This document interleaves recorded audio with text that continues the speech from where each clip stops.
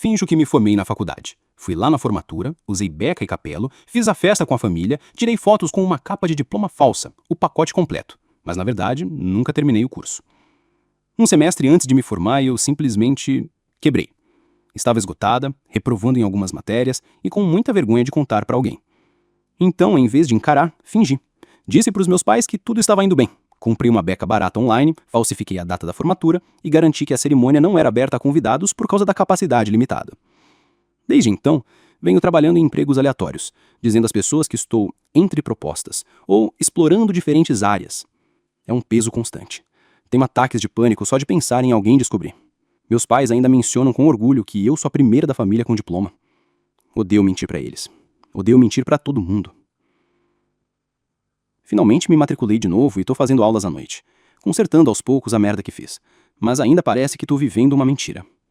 Não sei se algum dia vou ter coragem de contar a eles o que realmente aconteceu. E por mais que pareça um erro isolado, uma decisão impulsiva, a verdade é que essa mentira virou parte da minha rotina.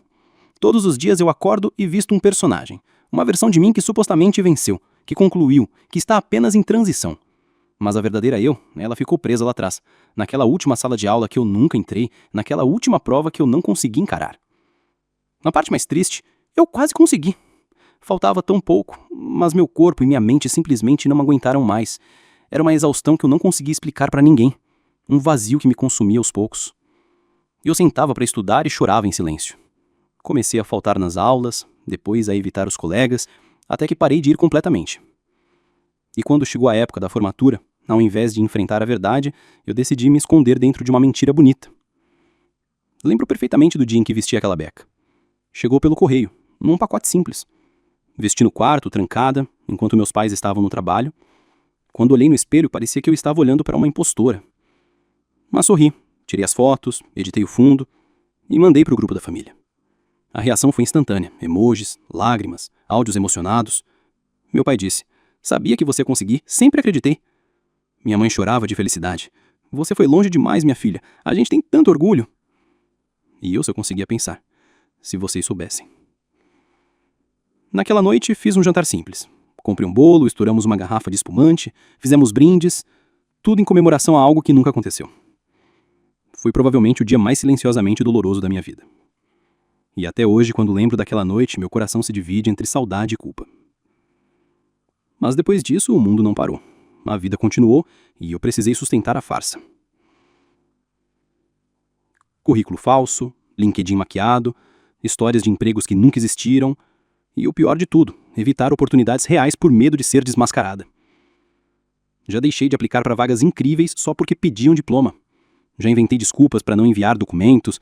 Já terminei relacionamentos antes que ficassem sérios demais, com medo de a pessoa descobrir tudo. E esse medo me acompanha o tempo todo. Cada ligação do RH de algum lugar, cada reencontro com alguém da faculdade, cada conversa que envolve carreira é um gatilho. Vivo com o coração na garganta, nunca sei quando tudo pode desmoronar. Quando a verdade vai escapar entre os meus dedos. E aí, depois de tantos anos nessa corda bamba, resolvi voltar. Reabrir matrícula foi uma das decisões mais difíceis que já tomei, mais do que inventar a mentira, porque ali, naquele momento, eu precisei encarar de frente o que eu fingi que não existia. Entrei no site da universidade tremendo, cada etapa do processo parecia me dizer: finalmente. Voltar para a sala de aula foi surreal. A maioria dos alunos é mais nova que eu. Muita coisa mudou, mas eu tô lá. No fundo da sala, quietinha, anotando tudo, refazendo matérias que eu tinha deixado para trás, me redescobrindo. Só que mesmo com isso, a sensação de mentira não vai embora, porque enquanto meus pais ainda acham que eu sou formada, enquanto os amigos ainda acreditam nas histórias, eu sigo sendo duas pessoas. A que mente e a que tenta reparar a mentira. Eu me cobro demais. Como se eu tivesse que acertar tudo agora, sem falhas, como se não tivesse mais direito de errar. E isso às vezes me paralisa. Tem dias que olho para o material da faculdade e penso: será que vale a pena?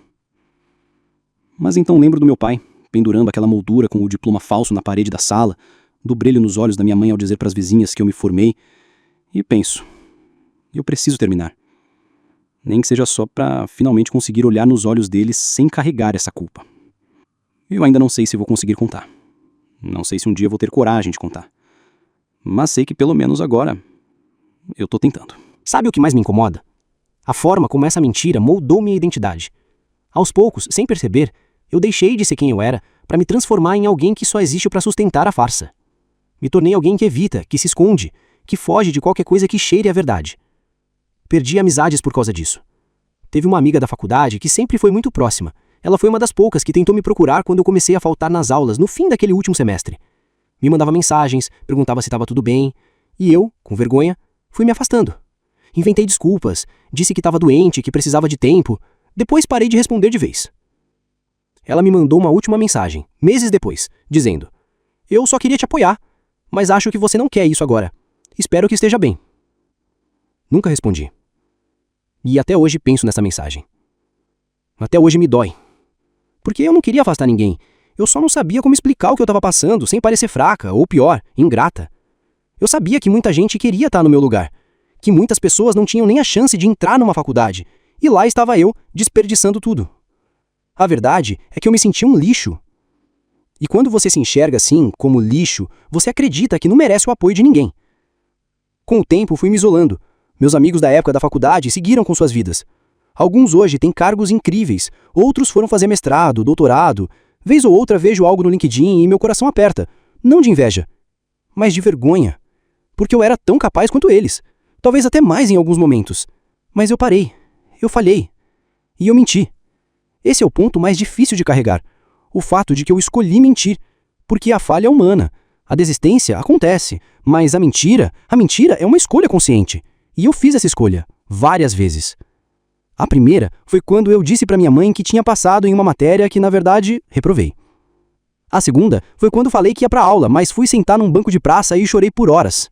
A terceira foi quando inventei que a colação seria fechada, só para justificar a ausência deles. Depois disso, foi como abrir uma torneira que não fecha mais. Mentiras viraram meu idioma, meu modo de sobreviver. Já tive que inventar nomes de professores, cargos em empresas fictícias, colegas de trabalho que não existem. Eu decorei essas histórias, transformei elas em algo quase real. E quanto mais eu contava, mais difícil ficava desfazer tudo. Teve um caso, alguns meses depois da formatura, em que fui chamada para uma entrevista de emprego, uma vaga real, com bom salário, numa empresa de médio porte. Fiz todo o processo, consegui avançar até a etapa final. E aí veio a temida frase: "Vamos precisar do seu diploma e histórico escolar." Eu entrei em pânico. Inventei que minha universidade estava passando por um processo de migração de sistema e que havia um atraso nos documentos. A recrutadora entendeu. Me deu uma semana para enviar. Naquela semana, eu não dormi. Fiquei tentando bolar alguma forma de falsificar os documentos. Mas, no fundo, eu sabia que não conseguiria sustentar aquilo por muito tempo. Então, na véspera do prazo, mandei um e-mail dizendo que havia aceitado outra proposta. Recusei a vaga. Simples assim. Essa teria sido minha chance de recomeçar. Mas eu mesma sabotei. Não por falta de capacidade, mas porque a mentira me engessava, me mantinha pequena. E assim fui empurrando a vida com a barriga. Fazia freelas esporádicos, trabalhos temporários, nada que exigisse documentação formal. Criava uma narrativa de empreendedora em transição. Dizia que estava explorando novas áreas, quando na verdade estava só tentando não afundar. Eu evitava até reuniões de família, porque sempre tinha alguém que perguntava: "E aí, como está o trabalho? Vai fazer pós-graduação? Tá em que área agora?" Cada uma dessas perguntas era uma faca. E eu sorria, dava respostas prontas, inventava um projeto novo, uma empresa nova, um cliente exigente.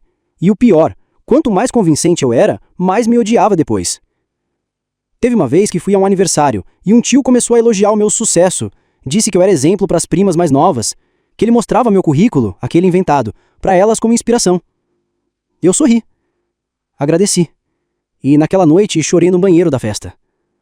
Porque aquilo tudo era baseado em nada, em vento, em farsa. E o mais cruel, ninguém desconfiava.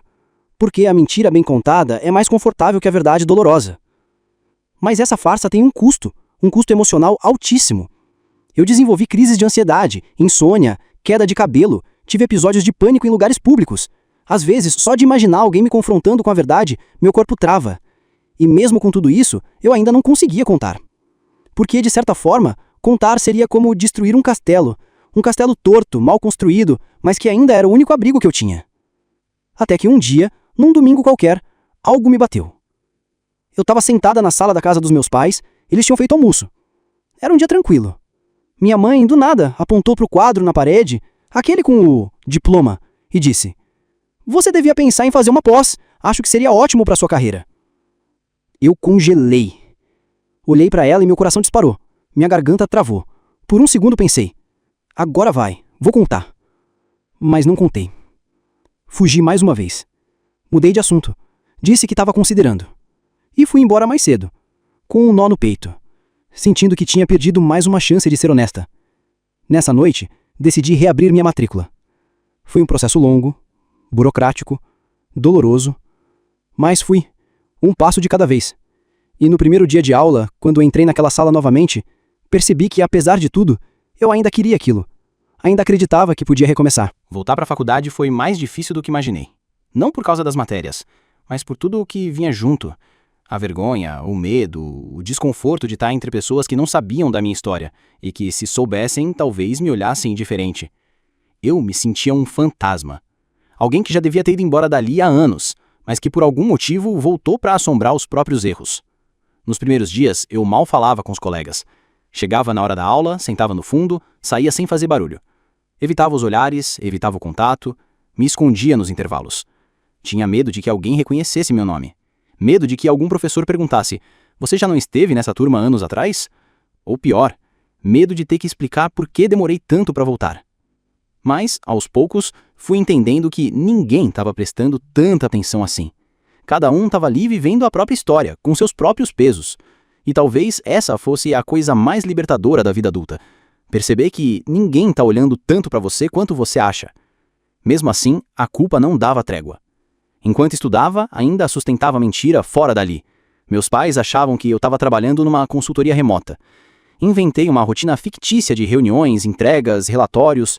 Às vezes colocava uma blusa social, sentava na frente do notebook e dizia que estava em call, só para manter a aparência quando eles vinham me visitar. Era exaustivo, como viver duas vidas.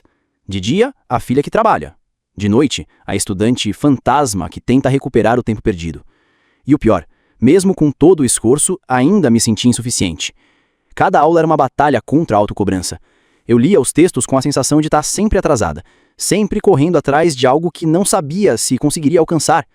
Me comparava com os colegas, pensava: eles vão se formar antes de mim. E aí vinha aquela voz interna, cruel. Eles não precisaram mentir para ninguém. Mas, em meio a tudo isso, tive pequenas vitórias. Teve uma matéria que eu já tinha reprovado antes, uma das que me fizeram desistir lá atrás. Refiz agora, com medo, com bloqueio, quase tremendo nas primeiras aulas, mas insisti, estudei, fiz os trabalhos com dedicação. Tirei uma nota alta, uma das melhores da turma. Quando recebi o resultado, fechei o notebook e comecei a chorar. Não de orgulho, mas de alívio, como se aquela nota tivesse me dado permissão para continuar, para acreditar que talvez eu ainda tenha salvação. E foi ali que percebi algo importante.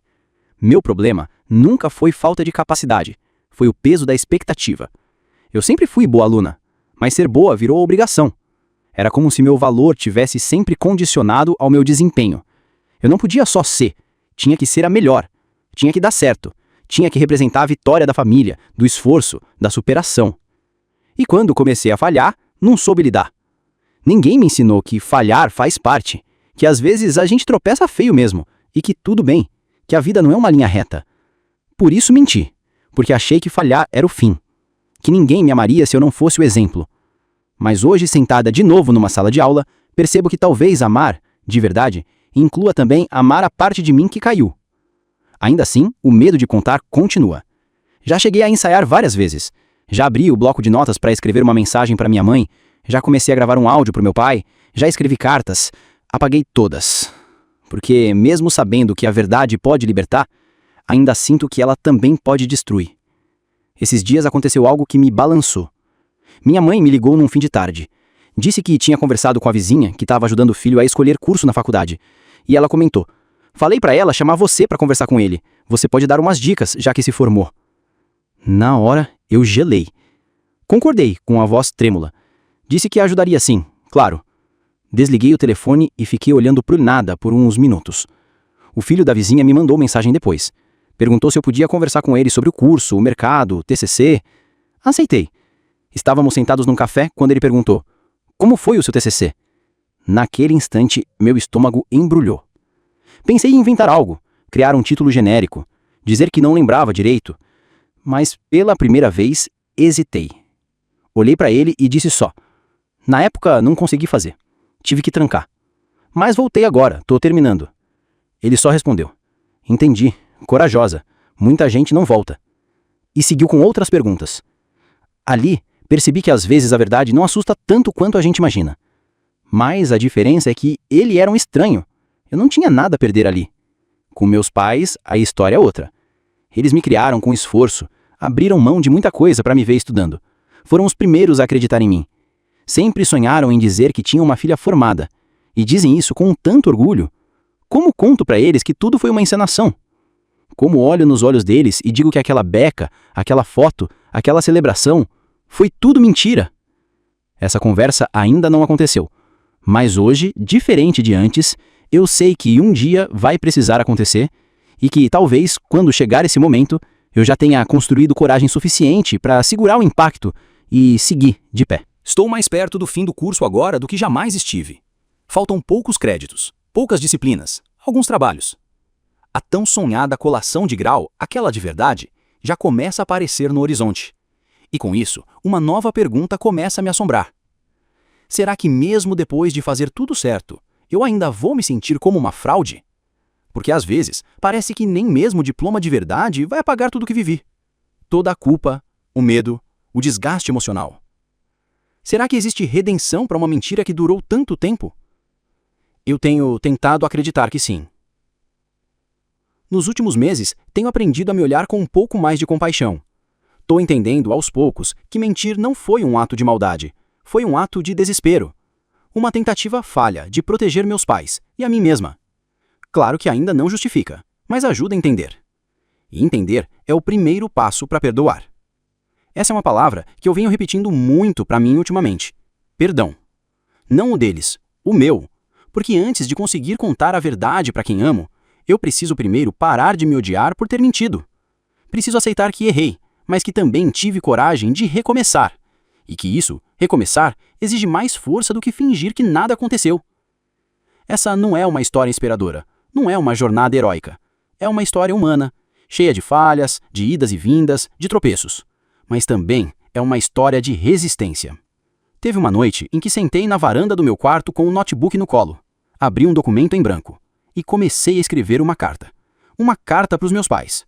Começava assim: pai, mãe, eu preciso contar uma coisa. Algo que carrego em silêncio há anos. Algo que me pesa todos os dias. Escrevi por horas. Desabafei tudo, cada detalhe. A mentira, a formatura falsa, o retorno à faculdade, as crises, o medo. Falei de como me senti fracassada, envergonhada, perdida. No final escrevi: hoje eu tô quase terminando de verdade, e sei que quando esse dia chegar, vocês talvez fiquem felizes. Mas antes disso, quero que saibam da verdade, porque vocês merecem, e eu também, mereço parar de fugir. Não enviei, mas salvei. Foi um primeiro passo. Eu ainda não sei como vou contar, nem quando, mas agora, pela primeira vez, sinto que eu vou contar. Não por obrigação, mas porque quero viver leve. Quero ir à colação de verdade e não precisar esconder nada. Quero poder olhar meus pais na plateia, se eles ainda quiserem ir, e saber que eles sabem tudo e que mesmo assim estão ali. Talvez eles se decepcionem, talvez chorem, talvez fiquem sem falar comigo por um tempo, mas também talvez eles me abracem. Talvez digam que já sabiam ou que sempre suspeitaram de algo. Talvez me surpreendam com um perdão que eu nunca soube pedir. Essa possibilidade, mesmo remota, tem sido a minha motivação. Não a certeza do perdão, mas a chance de viver com verdade. Porque por mais que eu tenha mentido, eu não sou a mentira. Eu sou a pessoa que sobreviveu a ela.